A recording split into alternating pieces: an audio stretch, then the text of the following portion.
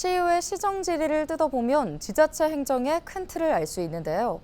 본회의 때마다 많게는 100개 가까운 질의가 오고 가는데 이 중 순조롭게 해결이 되는 것도 그렇지 못한 채 몇 년씩 답보 상태인 사업도 있습니다. 오늘부터 헬로티비 뉴스는 부천시의회가 전반기 동안 부천시를 상대로 던진 시정 질문을 통해 민선 8기 부천 행정을 되짚어봅니다. 부천시는 과연 지난 2년 동안 어떤 질문을 받았을까요? 또 거기에 어떻게 응답했는지 살펴보겠습니다. 이정아 기자의 보도입니다. 금리가 계속 높아져서 어떻게 좀 앞으로 이 지방채를 관리를 해서 좀 효율적이고 재정 건전성을 좀 유지할 수 있으실지. C그룹의 우량의 기업 유치를 위한 구체적인 전략이나 입주 기업에 대한 지원 부분도 검토되고 있는지 묻고 싶습니다. 사업진흥원에서 주장한 부득이한 사정이란 도대체 무엇입니까? 임기 만료 기한이 분명히 있었음에도 불구하고 신임 원장을 뽑지 않는 이유는 무엇이었습니까?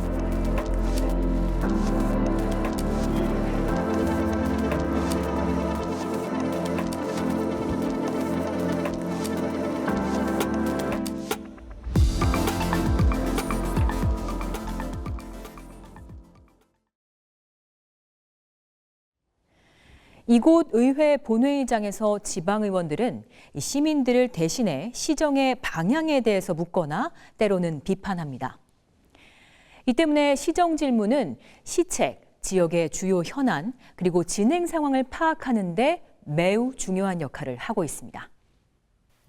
민선 8기 임기 시작부터 지난 3월까지 부천시의회가 던진 시정 질문은 모두 485건. 의원마다 비슷하거나 현안별로 중복된 질문들까지 모두 개별로 포함한 숫자입니다. 크게 13개 항목으로 나눠봤습니다. 행정과 생활민원이 각각 120건, 113건으로 가장 많았고 재난안전과 문화체육, 개발에 관한 질의가 뒤를 이었습니다. 비위나 복지, 경제, 사회 부문에 관한 질문도 있었습니다. 행정 분야에서는 민선 8기 부천시의 공약 사업이었던 광역동 폐지, 일반동 전환 등 행정체제 개편과 관련한 연계 질문만 41건. 행정 관련 질문 3건 가운데 1건이 행정 개편에 관한 내용이었을 만큼 행정 개편, 민선 8기 부천시 전반기의 가장 큰 현안이었습니다.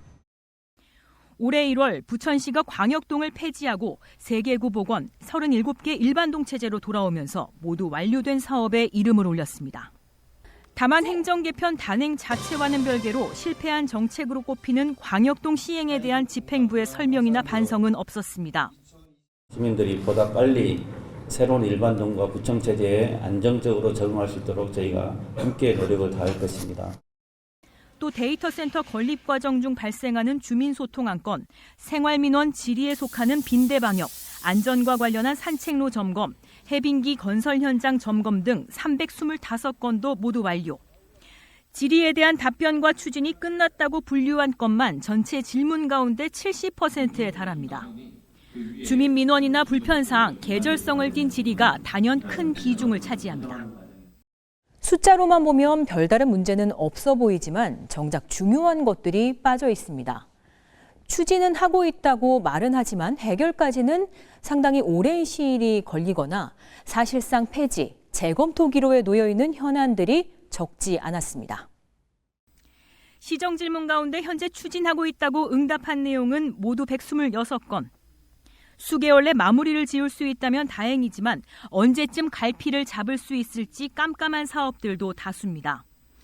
부천 영상문화산업단지 개발이나 군부대 부지 개발, 사업 도중 좌초된 도시재생 등 대부분은 부천의 해묵은 현안들이 고스란히 미완성 숙제로 남았습니다.